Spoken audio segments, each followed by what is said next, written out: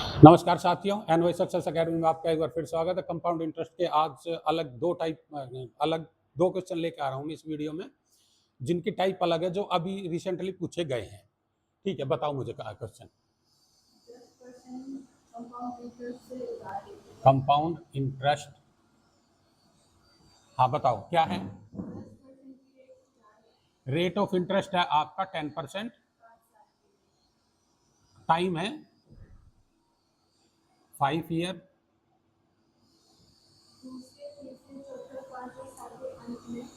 Second, third, fourth, fifth, हाँ दूसरे साल के अंत में 20,000, 18,800, 21,600, 44,000 ये चुकाया है उसने। और लिया कितना है? 1 लाख है, 1 लाख। तो पूछा क्या है, क्या आफ्टर फर्स्ट ईयर, ये 0 है, यहां से ये होगा फर्स्ट ईयर। ये पूछा उसने कितना दिया है ना, यही है ना। ठीक है, देखो जब आपका कंपाउंड इंटरेस्ट है तो कंपाउंड इंटरेस्ट पर आपका जो बेसिक बोलता है वो बोलता है कि जो रेट है, रेट को फ्रैक्शन में चेंज करो। ठीक है, अगर यहाँ रेट 10% है तो मैं इसको बोल सकता हूँ कि 10 से 11 एक साल में। 2 साल की अगर बात करूंगा तो प्रिंसिपल अगर 100 है तो ये 121 हो जाएगा अमाउंट, और अगर ये 1000 है तो ये 1331 हो जाएगा, ये आफ्टर 1, आफ्टर 2 और आफ्टर 3 ईयर। अब जो अगर मैं इस कॉन्सेप्ट पे लेके चलूं कि ये जो 1 लाख है, इस 1 लाख, फिर अगर जो 4 की बात करूंगा तो मैं ये 10 की पावर 4 और 11 की पावर 4, और 5 की बात करूंगा तो 10 की पावर 5 और 11 की पावर 5, ये होगा। इतना लंबा तो एग्जाम में होना ही नहीं है। पर चूंकि जब किस्त चुकाई गई है, जो हमने यहाँ रेंट पे लिया है, अगर उससे कुछ किस्त चुका दी गई है तो मेरे पास प्रिंसिपल सेम नहीं रहा। अब प्रिंसिपल हर बार चेंज हो रहा है, हर बार चेंज हो रहा है, तो जो किन्हीं भी 2 साल का अगर मैं देखूंगा तो आपका पास जो बनेगा वो 10 और 11 का ही रेशियो रहेगा, प्रिंसिपल और अमाउंट का। तो मैं ये कह सकता हूं कि ये जो है, ये 4th और 5th ईयर की अगर मैं बात करूं तो ये 11 है, इसके लिए यहां 10 होगा। इस 4400 रुपए के लिए, ये 4400 रुपए है ना, 44,000 है, 44,000 है, और ये 21,600, ये 18,800 और ये 20,000, यही है। तो ये जो 44,000 है ये 5th ईयर का अमाउंट है। तो इस 5th ईयर के अमाउंट के लिए 4th ईयर में कोई प्रिंसिपल रहा होगा, तो ये प्रिंसिपल है आपका। अगर ये तो एक हिस्सा कितना आ गया, 4, यानी कि ये 40,000 है। ये 40,000 रुपए रहा है यहां। कब रहा है? जब ये 3rd ईयर से 4th ईयर में कोई अमाउंट बन गया था, उस अमाउंट में से 21,600 मैंने चुका दिया, तो 21,600 अगर मैं इसमें प्लस करूंगा तो ये कितना हो जाएगा आपका, 61,600। ये 61,600 रुपए अब इस 3rd ईयर के लिए 4th ईयर अमाउंट है, तो इसके लिए कुछ प्रिंसिपल रहा होगा, तो यानी कि ये भी 11 से कटेगा। ये 11 से कटने का 11 पंजे 55 और 11 × 66, ये कितना हो गया, 56,000। ये 56,000 रहा है किसके लिए, जब आपके पास 61,600 रुपए हो जाएगा after 4th year. 3rd year का जो ईयर का 3rd ईयर कंप्लीट जब होगा तो 4th ईयर के स्टार्टिंग में जो होगा वो अमाउंट होगा, उसके लिए प्रिंसिपल है आपके पास 56,000। ये 56,000 कब है, जब 18,800 आपने किस्त दे दी है, तो ये 2nd ईयर का अमाउंट ये बना होगा। 2nd ईयर का अमाउंट ये कितना हो जाएगा,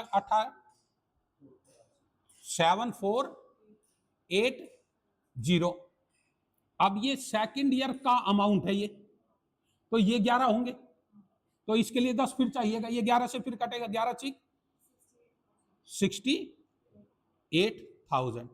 ये 68,000 आपके पास जो 1st ईयर का जो प्रिंसिपल था उसका अमाउंट है, तो ये कितना हो गया, 88,000 1000, ये 88,000 खुद फिर 11 होगा। इसके लिए यहां कितना है 80,000। अब ये जो 80,000 है ये खुद किसी का वो अभी ये तो बच ही रहा होगा। तो मतलब अब ये 1 लाख था, यहां ये 1 लाख था, 10 हिस्सा 10 पार्ट था, इसका 11 हो जाएगा। तो यानी कि यहां 1,10,000 था, 1,10,000 पर इसमें से कुछ किस्त चुका दी गई है, चुकाने के बाद ये प्रिंसिपल बचा है, इसके लिए अमाउंट ये आया है। तो ये यहां 1 लाख था तो यहां 1,30,000 हो गए, यानी कि यहां मैंने 30,000 रुपए किस्त दिया है।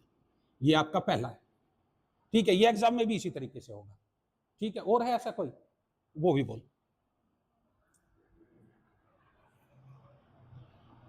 रब कर दी इसको।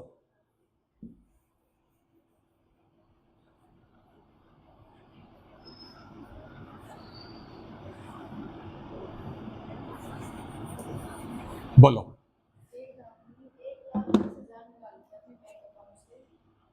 ये जीरो है, जीरो से फर्स्ट ईयर कुछ निकाल लेता है कितना 1,25,000 रुपए निकाल लिए। हाँ 65,000 निकाल लिए, 1,10,000 निकाल लिए। ये सेकेंड ईयर है, ये थर्ड ईयर है। रेट परसेंट कितना है 10%, ठीक है। अच्छा मुझे बताना लास्ट ईयर उसने जो 1,10,000 निकाला है, क्या इसके बाद उसने अपना अकाउंट क्लोज कर दिया है? मतलब ये टोटल पेमेंट है जो निकली है।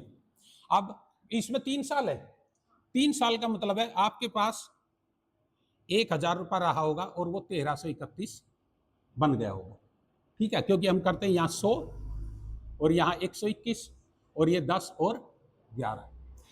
कोई भी 2 लगातार साल होगी उनमें जो रेशियो मिलेगा प्रिंसिपल और अमाउंट का वो 10 और 11 मिलेगा। अगर 2 साल की बात करूंगा तो 100 और 121 मिलेगा, और 3 साल की बात करूंगा तो ये और 1,331 मिलेगा। जो मैंने पिछला जो सवाल किया ना मैं उसी से करा रहा हूं। अगर ये मान लो आपका 1,10,000 है तो ये 11 हिस्सा बना है, तो इसके लिए प्रिंसिपल 10 रहा होगा, यानी कि यहां 1 लाख रहा होगा। क्लियर है ना? ये 1 लाख रहा होगा। ये 1 लाख कब रहा है? जब 65,000 निकाल लिया, तो ये 1,65,000 था यहां। ये 1,65,000 इसके लिए अमाउंट का काम कर रहा है, तो इसके लिए अमाउंट का काम नहीं कर रहा है, मतलब जो धन यहां रह गया है उसके लिए अमाउंट का काम कर रहा है। तो ये खुद 11 होगा। ये 11 है तो आपके पास कितना बन गया 1,50,000। ये 1,50,000 बना ये, क्योंकि यहां 1,50,000 है, ये 10 है तो इसका 11 ये है। अब ये 1,50,000 बचा है कब? जब आपने 1,25,000 निकाल लिया है, तो ये कितना हो जाएगा 2,75,000। 2,75,000। ये 2,75,000 जो बचा है ये तो इसके लिए बचा है। तो ये जो था अब ये इनिशियल स्टेज पर है और ये फर्स्ट ईयर कंप्लीट होने पर है, तो रेट परसेंट कितनी है 10%। तो यानी कि ये 11 है, ये 11 कितने पे कट रहा है ये 2,5 इससे कट रहा है, ठीक है। अब ये 11 हिस्सा ये है तो 10 हिस्सा इसका होगा 2,50,000। ये आपका इनिशियल स्टेज पर जो उसने जमा किया था वो ये है। क्या बात समझ में आई? ठीक है। इसको एक और तरीके से बताऊं, देखो बस इसी को रब कर दो, है ना, बाकी को रहने देना।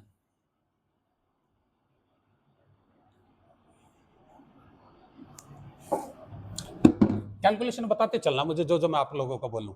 ये इनिशियल स्टेज पर उसने पूछा कोई धन क्या रहा होगा, 3 साल की उसने बात की है।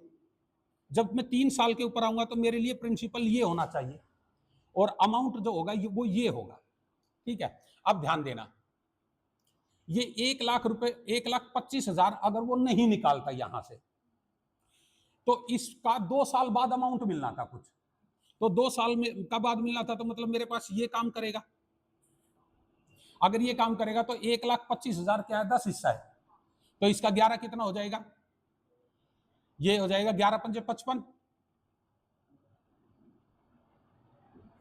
11 दूनी 22 और 5 27, 11 एकम 11 और 2 13। क्या ये ठीक है? 2 साल का ही निकाला मैंने भाई। ये आपके पास प्रिंसिपल था, इस प्रिंसिपल का अगर मुझे अमाउंट मिलेगा 2 साल बाद तो इतना मिलेगा 1,37,500, क्योंकि ये 100 है, 100 है तो 2 जीरो कटेगी है, वो 121 से होगा है ना। हाँ,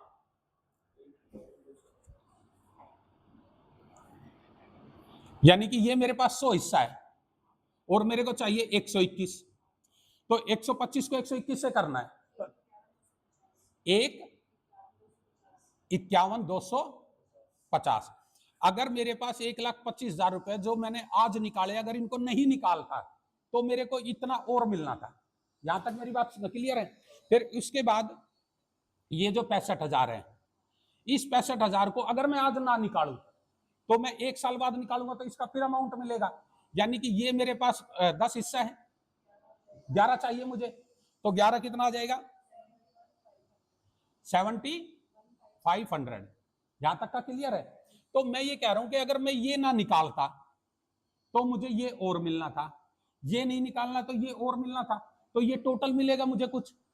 ये टोटल कितना हो गया,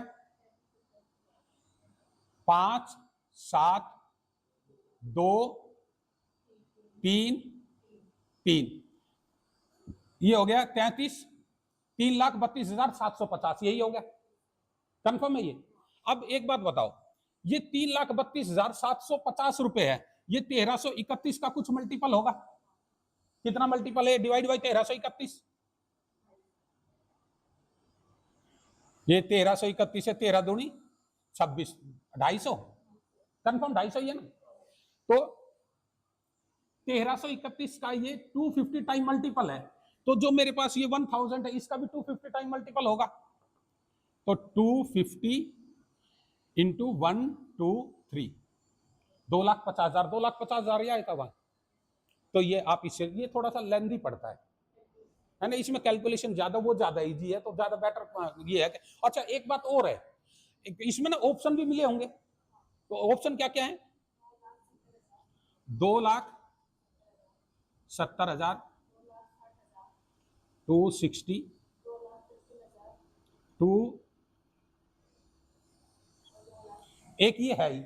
अब आप अगर करना चाहो ना तो 10% की बात कर रहा है वो, तो इसका 10% जोड़ेंगे, उसमें तो 1,25,000 घटा देंगे, फिर उसका 10% जोड़ेंगे, उसमें तो 1,65,000 घटा दें, उसके बाद जो आएगा वो क्या 1,10,000 आ रहा है। अगर मैं इस तरीके से एकदम कैलकुलेशन करना चाहूँ ना तो मैं इनको लेके कर सकता हूँ, उसमें ये 2,50,000 पहला ऑप्शन है? अगर वो ऑप्शन से करवाएगा तो मोस्ट प्रोबेबली वो फर्स्ट और सेकंड में ही उस ऑप्शन को दे देगा। ठीक है, तो ये 3 तरीका, इन 3 तरीकों में जो तुम्हें पसंद आए अपना उससे कोई भी क्वेश्चन कर लेना। ठीक है, लाइक एंड सब्सक्राइब।